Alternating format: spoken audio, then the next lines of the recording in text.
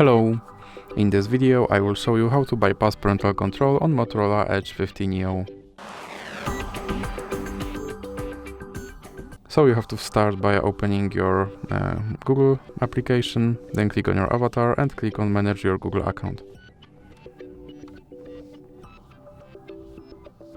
Now click on Data and Privacy, and here you have to scroll down and click on Delete your Google account.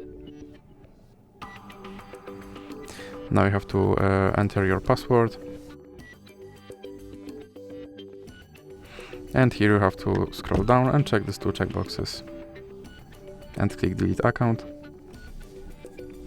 And now you have to go to Google Play Store and click Sign in. Now you have to enter your email address. Then click Next. And as you can see, my account is deleted, so now I have to click Next to recover it. And now I have to enter my password. And then click I agree. Now click Accept. And as you can see, my account is now recovered and my parental control is bypassed. So that's it for this video. If you liked it, please remember to leave a like and subscribe.